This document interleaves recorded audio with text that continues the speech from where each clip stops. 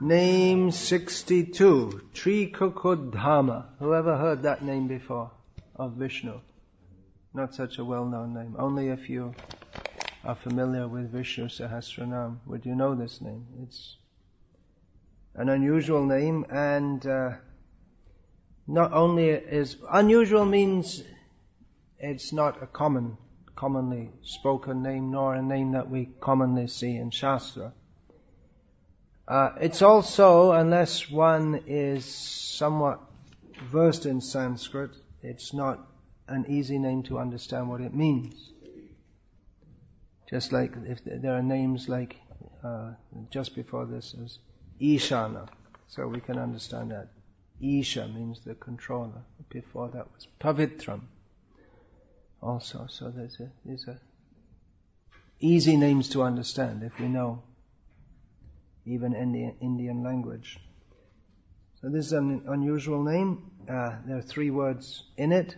Tri is the first, dhama is the last, and in between it can be kakub or kakut according to Sanskrit grammatical rules. The b and the t before a d becomes a d also. So 3 means 3. It's clear.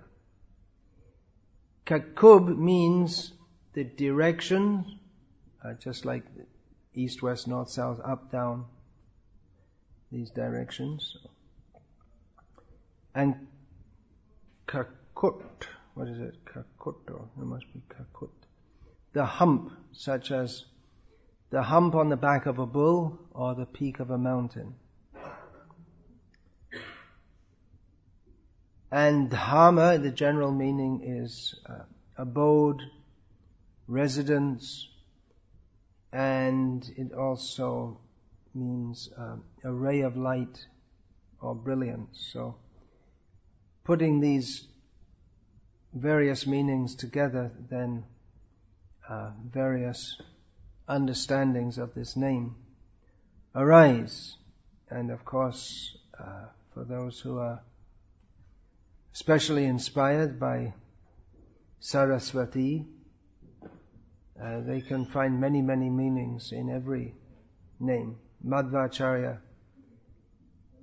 he wanted to give 100 meanings to every name, but the straight or the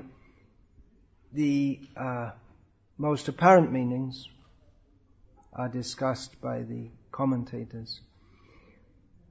So, if dham is taken to mean brilliance, then Trikakut will have to be taken as a separate name.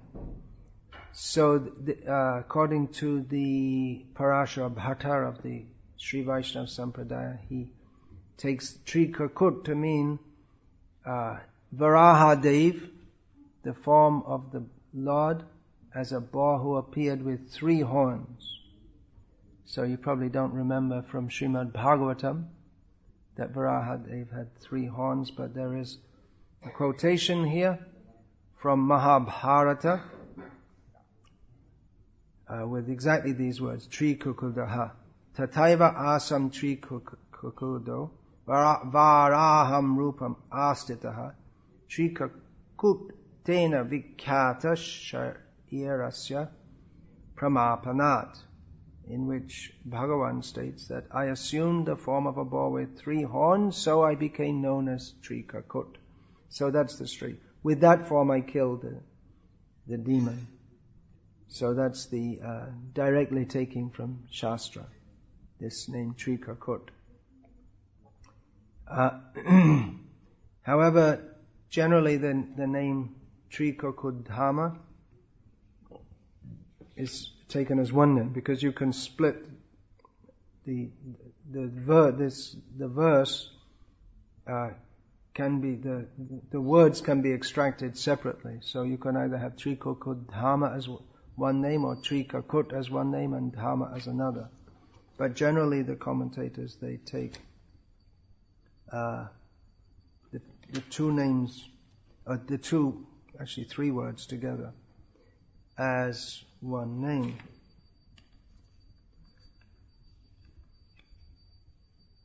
So, another understanding that Parashara Bhatta gives is that Trikakud dhama means he whose abode are the three quarters. Because in Shastra it's stated that the spiritual world is three parts and the material world is one part. So in that way it can be given. Now if three is taken to mean in general three groupings, then the name Trikakud dhama becomes synonymous with the name Triadhish, which you maybe remember from Srimad Bhagavatam. The Lord of all threes.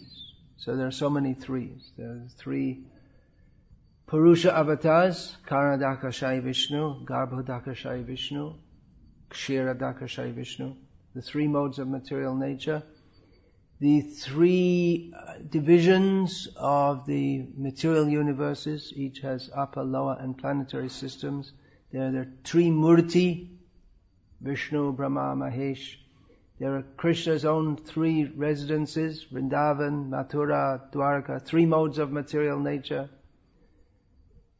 Krishna's three principal Shaktis, or Vishnu's, Sri, Bhu and Nila. So in this way, there the six most prominent opulences of the Supreme Lord are grouped into pairs. So we get Jnana and Bala, Aishvarya and Virya, Shakti and Teja. They're put together. So in this way, the Lord of all threes, they're the three states of consciousness. Jagrata, Swapna, Shushupti. Waking, dreaming, and deeply asleep. So these are various meanings of the name Trikakud dhama. So name 63. Pavitram. Pavitram means purity. So Krishna is purity. Pavitram Paramam. In Bhagavad Gita, Arjuna addresses Krishna. Pavitram Paramam Bhavan. You are the supreme pure. Another name which pertains to this in Srimad Bhagavatam, Amogha Lila, whose pastimes are without any taint. They are completely pure. Now this is important point to understand, because commonly Krishna is accused of being impure, and especially Christians in proselytizing in India, they want to point out that our Jesus is very good and your Krishna is very bad, so better have Jesus as God. And even followers of Ram, some of them, they're not really followers of Ram, or those who with an incomplete understanding, they say, our Ram is very good, but your Krishna is not very good. Our Ram is very moral, your Krishna is immoral. But of course Rama also gets accused in various ways by various foolish rascals. So, how is Krishna pure? How can we understand that Krishna is pure when he associates with others' wives? He's known as a thief. He's known as a coward, running away from the battle. He's known as a killer. He kills even his own relatives, in the case of Kamsa. But for all these activities, he is glorified. And by glorifying these pastimes, oneself becomes pure. Krishna is the supreme pure. that he is inherently pure. Why is that?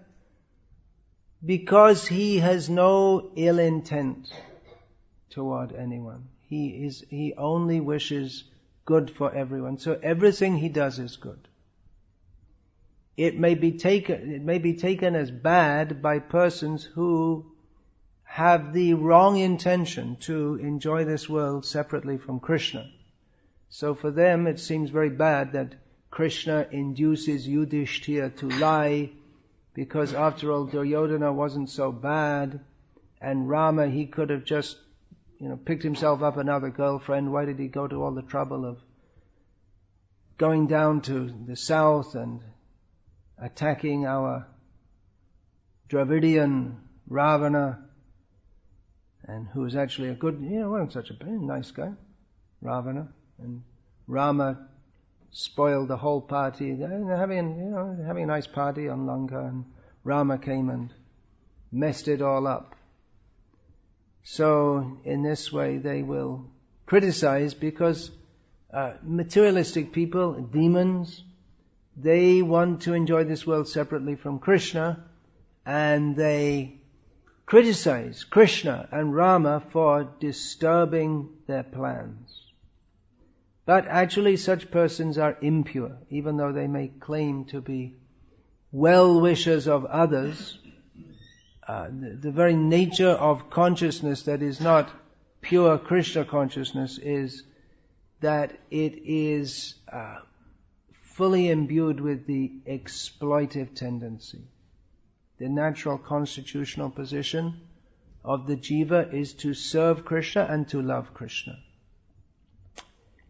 The opposite of that is the tendency to enjoy this world separately from Krishna. Atendriya priti vancha tare balekam krishnendriya priti ichha dhare premanam. The desire to enjoy separately from Krishna is called kama, or material lust.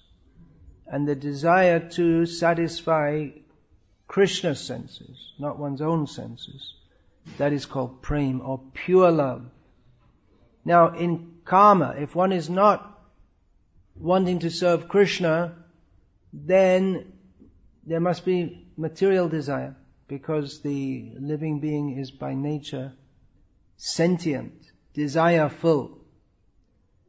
So when one desires to enjoy separately from Krishna, then there comes kama, material desire, from kama comes krodha, lobha, moha, mada, matsarya, and all other bad qualities. From lust comes anger, greed, pride, illusion, envy, and all other bad qualities. So these are all impure, harm producing. Even though certain demons, they may speak of human rights and welfare activities, but because their desire is to enjoy this material world, their attempts to do so, even in cooperation with others, is necessarily incomplete at best, and certainly faulty also. So we see in the modern world still most of the people who profess human rights, they never even think about animal rights. That so many millions, billions, literally billions of animals are killed every year. And even those who are ecologically hip and vegetarians, if they don't recognize Krishna, then they cannot be free of the exploitive tendency. Even they want to heal the earth, or they have the idea of ecologically friendly exploitation of the earth. They call it green fuel, when it's not really green, but it just pollutes less than other. Or they have these windmills But the windmills and the appliances that they are set up to run all require factories and mines, and so they're all harming the earth. And even if one lives very simply without directly harming the earth, if one is not living for the sake of Krishna, then the earth is not pleased, and by the unavoidable principle of this material world, jivo jivasya jivanam, one jiva lives on the life of another, then exploitation is unavoidable. So sattva gun, where one lives very simply, that is desirable. But without Krishna consciousness, nothing is fully pure. Only Krishna is fully pure. By coming in contact with Krishna, one becomes free of base desires. So from this we can understand that Krishna is pure. And also, in so many ways, philosophically we can understand Krishna is accused of dancing with others' wives, but actually those gopis, they are Krishna's internal pleasure potency. And actually everything belongs to Krishna. So it's not that Krishna is immoral for dancing with others' wives. Any person who thinks this is my wife, he is immoral. Because everyone and everything belongs to Krishna. So being married is certainly better than just having a girlfriend. But even that is not fully proper understanding. If one thinks this wife or this husband is meant for me, everything should be understood. Everything and everyone should be understood as Krishna's. So any deviation, even from that understanding, that is impure and leads to the exploitive tendency. So Krishna is pure because within Krishna there is no lust, greed, anger, envy, pride, illusion, any of these bad qualities. But if we see Krishna, there seems to be so much desire, so much anger. But again, that has to be understood. That is, it is there, but it is non-harm producing. Krishna's anger, that is beneficial for the objects of it. Krishna's everything, Krishna's lust, by hearing about Krishna's lusty affairs, apparently lusty affairs, then we ourselves become free from the mundane lustful tendency. So Krishna is the supreme pure. He is pure and he purifies others. That is the test of purity. In this material world, some items may be considered pure, but they can become impure by contact with impure substances. Just like milk is pure, but if some alcohol is put in that, then it becomes impure. Alcohol is very impure because that cannot be purified if anything touches alcohol. But well, just like some clothes, if one is sleeping in some clothes, then they're impure. So the clothes can be purified by washing.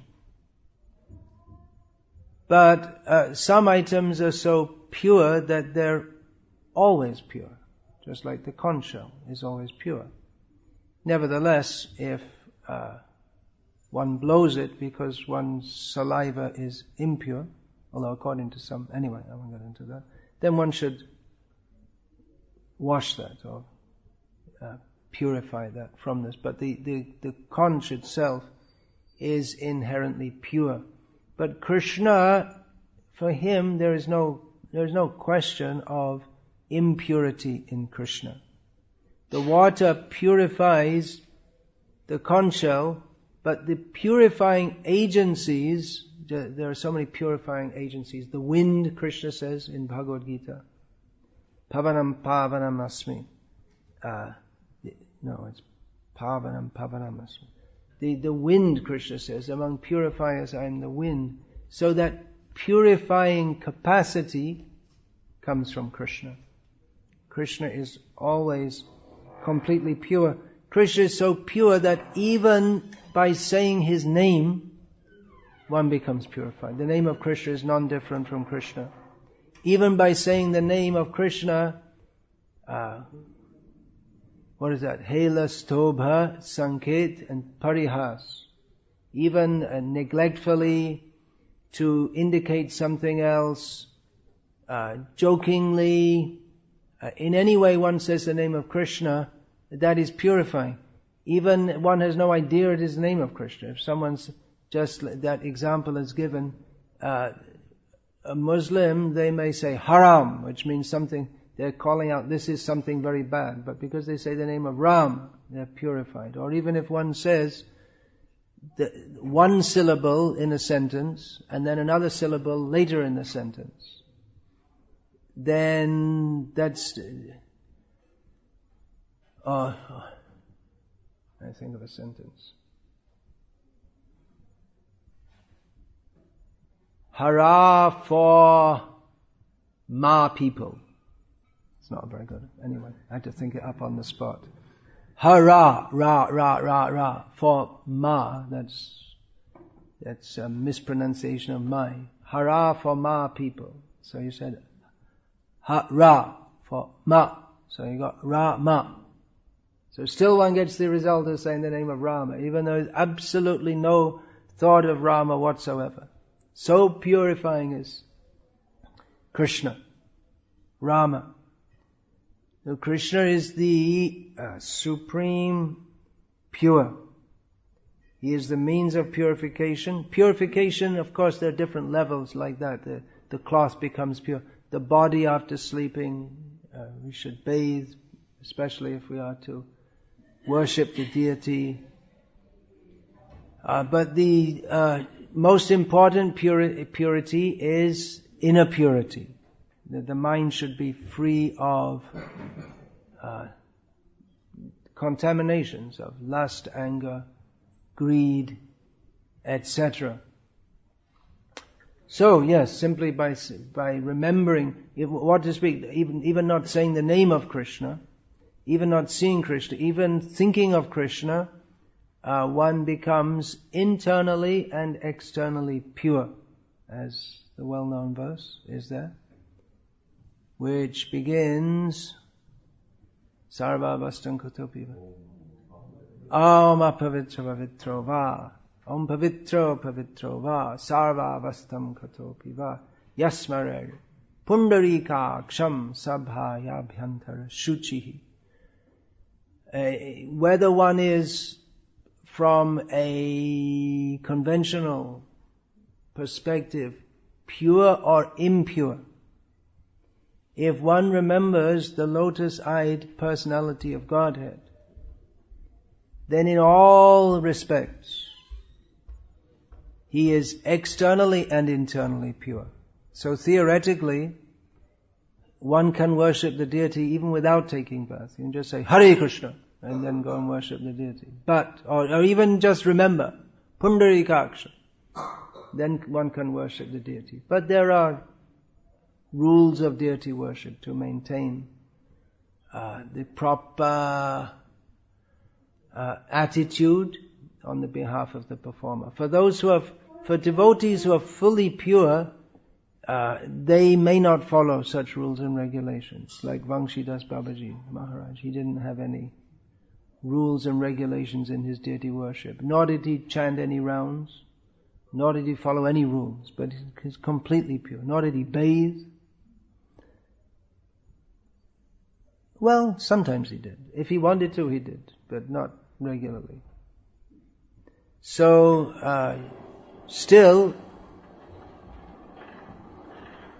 he is to be considered fully pure because he always thinks of Krishna. Now another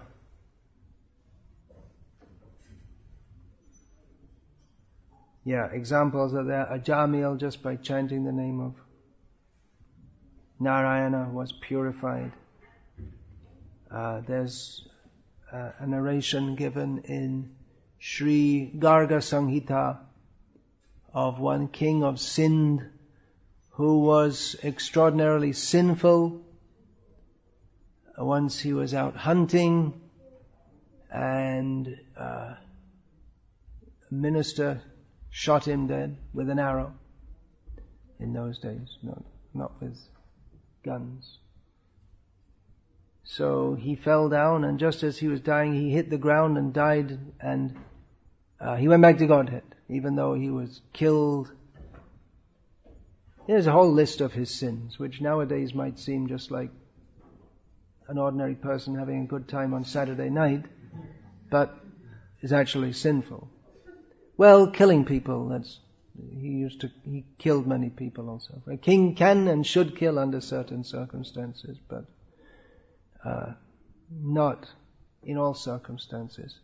So anyway, he went back to Godhead. Why? Because when he fell down, what had happened, a Vaishnav had been there previously and had sat there and had made his gopi chandan for tilak, and some had fallen on the ground, and the king came in contact with that.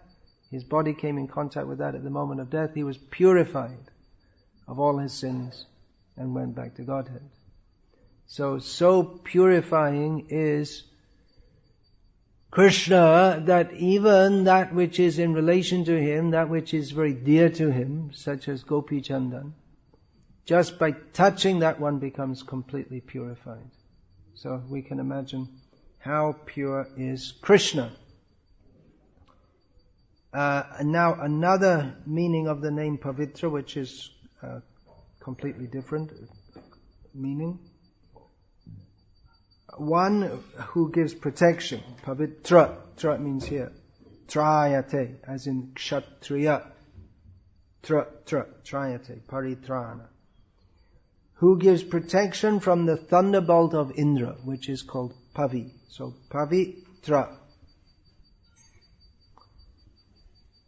So if one is threatened with the thunderbolt of Indra, we can call out Pavitra, and Bhagavan will deliver us. Not that we are likely to get threatened by the thunderbolt of Indra, as you're all devotees, but even anyone. Why should Indra bother in this Kali Yuga with all the petty people here? He deals with big demons, not with little demons like I used to be before Srila Prabhupada kindly picked me up, and I'm trying somewhat not to be. Now there's a statement in Vedanta, Indriyanam Raja Indra. The king of the senses is Indra. So in this sense, one who delivers one from the thunderbolt of Indra, that means this is interpreted that the mind, which is just dangerous for destroying all our attempts at advancement in Krishna consciousness. So Vishnu very kindly protects us against that, and therefore he's known as Pavitram. Then name 64, Mangalam Param.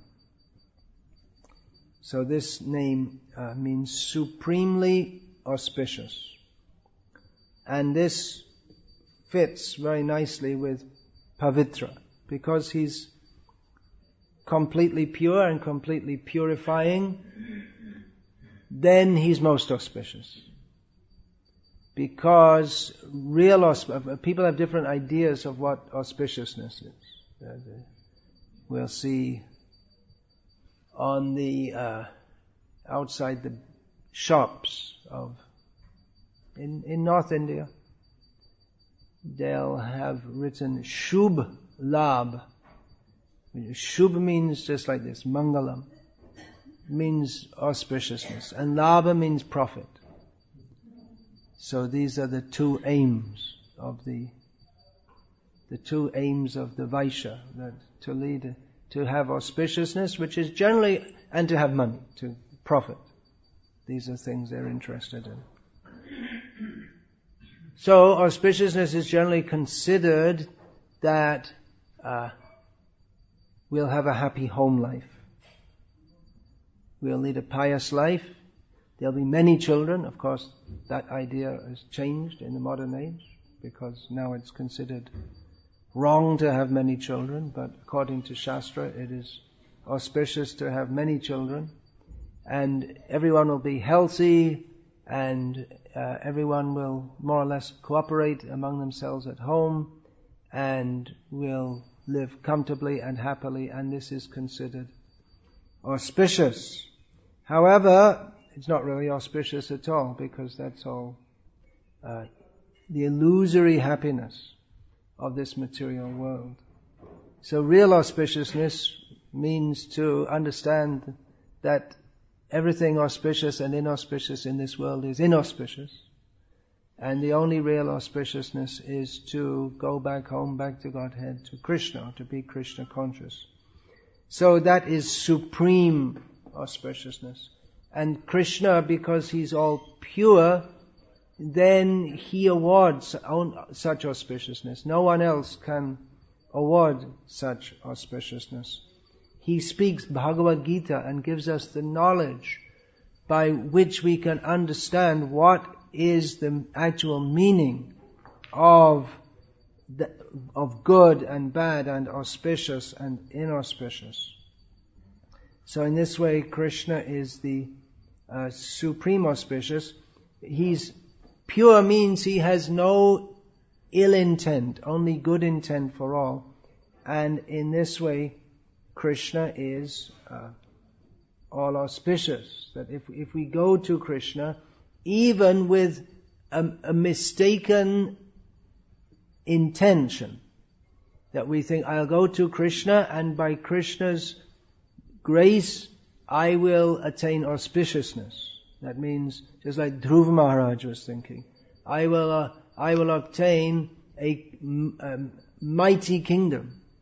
But Krishna is so purifying and so auspicious that he, even though Dhruva did not have any such intention, Krishna destroyed the desire within Dhruva Maharaj's heart, the material desire, and awarded him pure spiritual desire. So Krishna in this way is supremely auspicious because he acts for the benefit of others, even against their own wish. So that's just like children. The parents are supposed to act for the benefit of children, even against their own wish. The children's desire is simply to play all day, and the parents send them to school with the mistaken understanding that it will benefit them, at least in the modern age.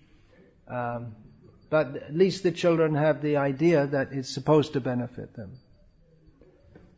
So, anyway, that's another discussion altogether about the auspiciousness and inauspiciousness of mundane education. Actually, it's all inauspicious, but that is a different discussion. So, Krishna is all auspicious, so that even people who approach Krishna in enmity, they're also benefited. People who approach Krishna for whatever reason, akamo sarvakamo va, moksha kama, udara dhi, tivrena, bhakti yogena, yajita, purusham param. Even people who approach Krishna being full of material desires, or if they have the inappropriate desire to become liberated without serving Krishna. Still, if they approach Krishna for the sake of doing so, Krishna benefits them. And if they worship him with intense devotion, that's an important point to understand. That verse is often quoted, by somewhat devotees or so-called devotees who think that it's okay to go on with a life of sense gratification and chant Hare Krishna sometimes when you want to. Quoting Saravaka, you can have all the, but the verse also says, Tivrena Bhakti Yoga. One has to perform Bhakti Yoga with intensity, not with laxity. So the idea that we shall perform Bhakti however we like, as much or more likely as little as we like, whenever we like, which isn't too often, and Hari Bol. That is not supported by this verse, although some people try to propound that. And another understanding is that even if people approach Krishna with mundane desires, Krishna also fulfills that. He may fulfill that. So all kinds, whatever one considers as auspicious, Krishna, one can approach Krishna. And if whatever desire we want, if we have material desires, even then it's better to approach Krishna than any demigod. Because Krishna is the one who ultimately awards fulfillment of boons.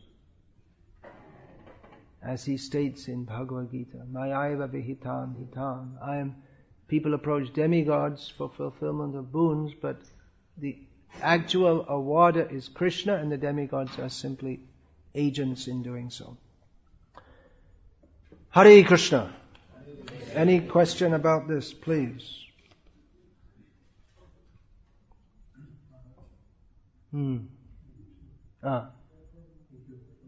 Thank you for your inspiring kirtan, which I came to just at the end. We need more of that, lots more, all over the world. Blast away all the impurities. Yeah.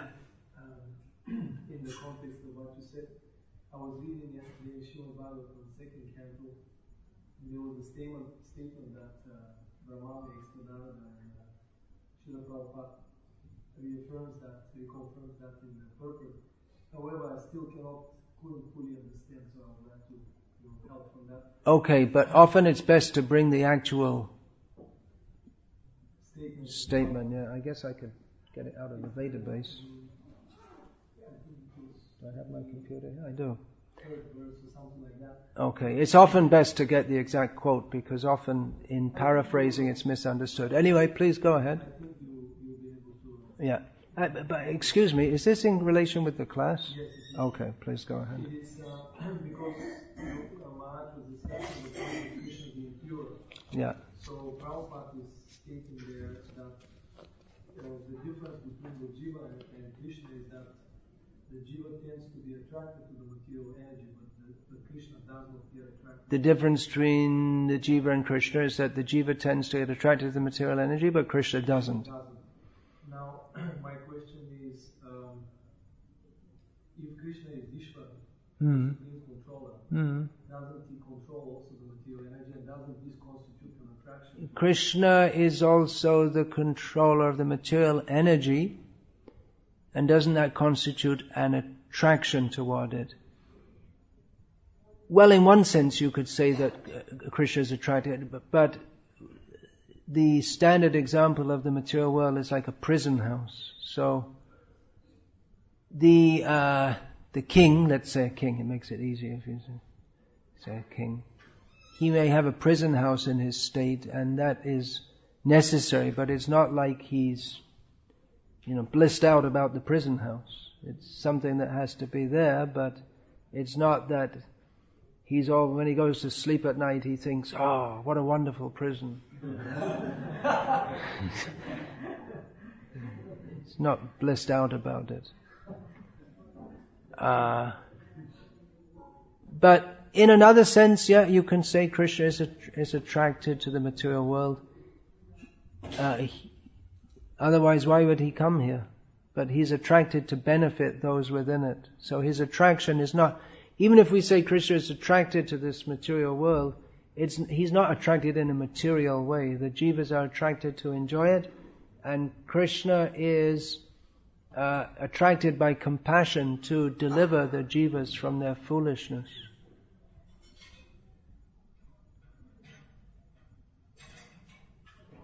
So Krishna, even though he comes in the mature world, he doesn't become impure. If the king visits the prison, then they wouldn't report in the next day that in the newspaper, they know it's the queen here. Although sitting right here, Srila Prabhupada said there shouldn't be a queen. There should be a king. He didn't like the idea of there being a queen. So it wouldn't be reported that, well, the queen was in the prison as if she's a prisoner. It's understood she goes there out of her good nature or whatever. I don't think she goes to prison. I don't know where she goes. I'm not that much up on the queen's movements. But it's also part of her kingdom, and she can go to inspect the conditions and try to encourage the prisoners to behave as good citizens and merit their release.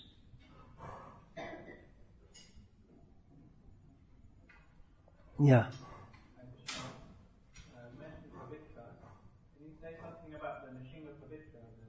Pavitra.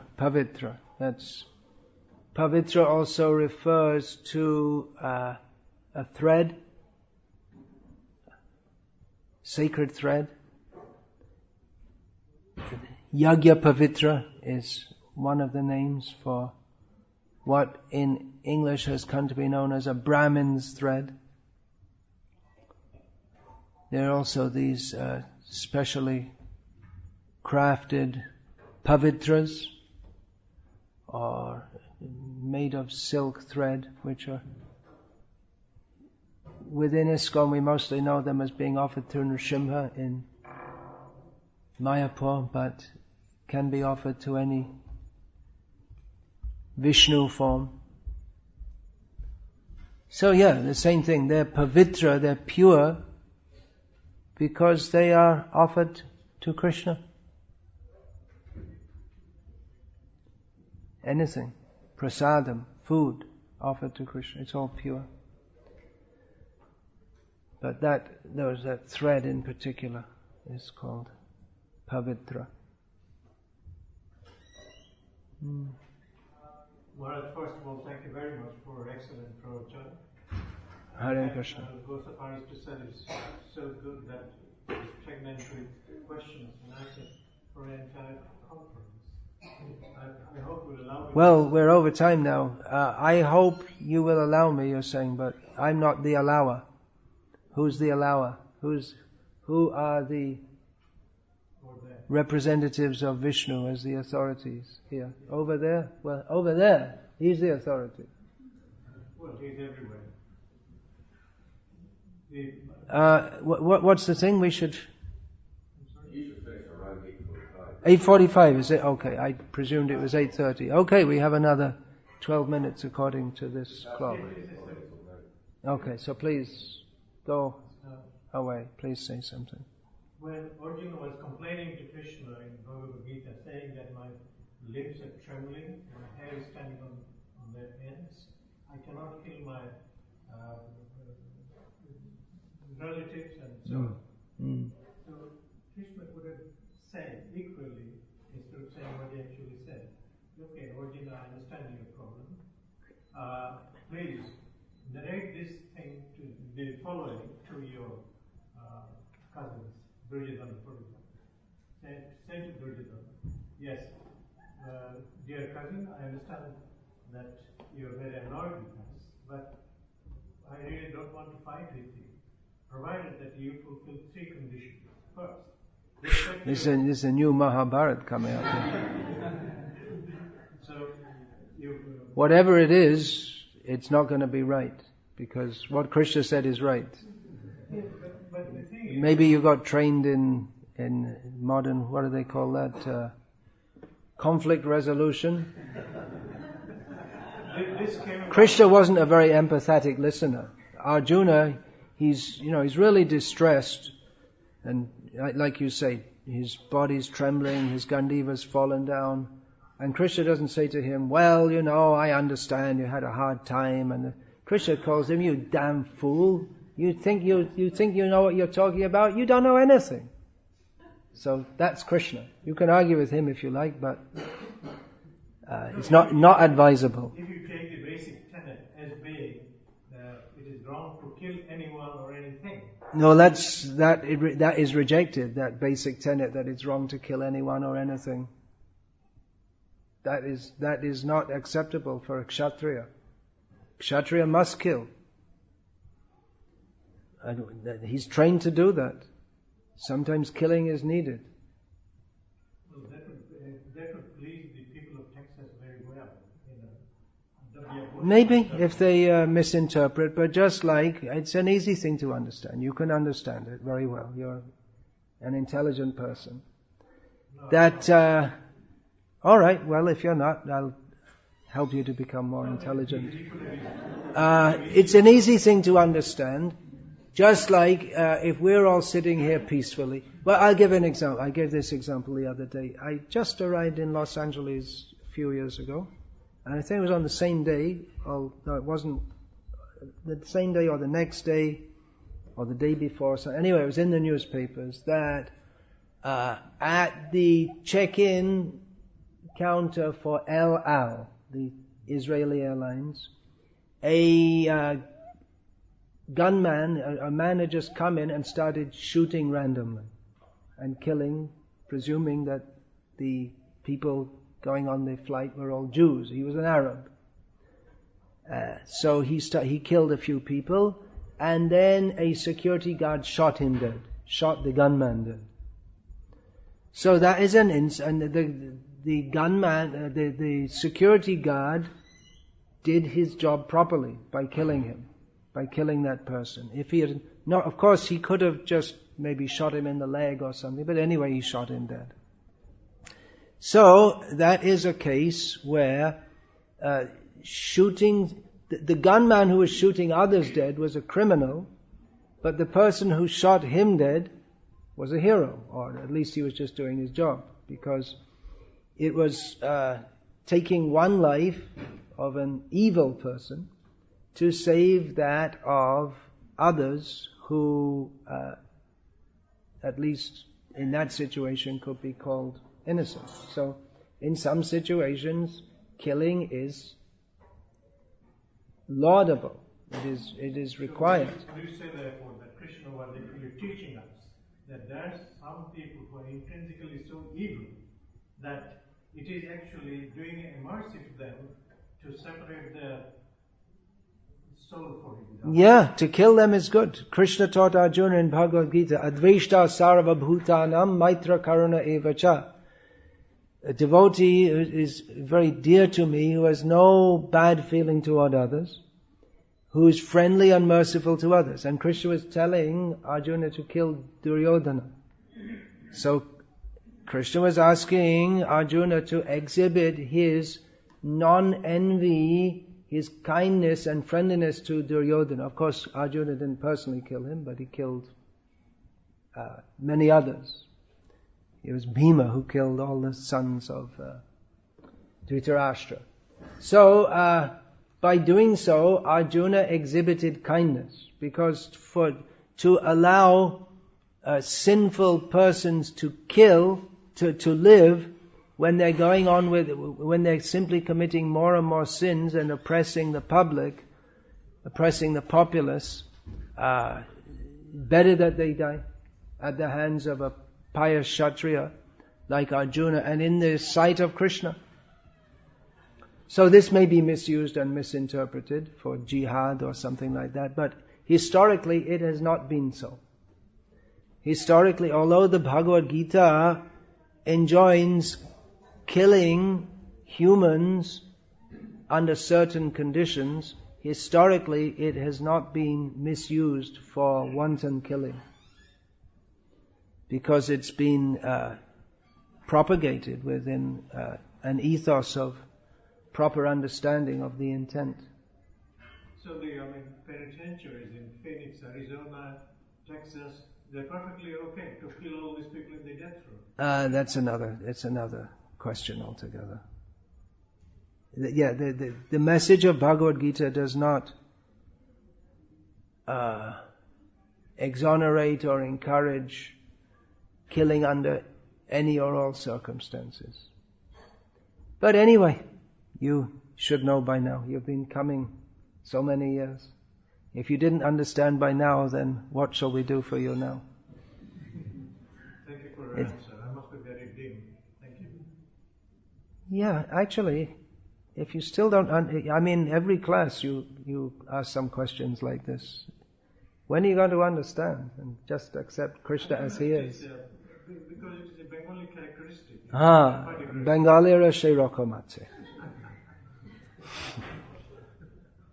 আমরা অনেক কিছু জানি। কিন্তু প্রভুপাদ এবং আমাদের সকল আচার্যরা তারাও Bengali কুলে জন্মগ্রহণ করেছে। তাদের পদাঙ্কানুসরণ করা আপনার জন্য পরম মঙ্গল হবে। আপনি একটু চিন্তা করুন। Holiness, thank you very much indeed. Hare Krishna.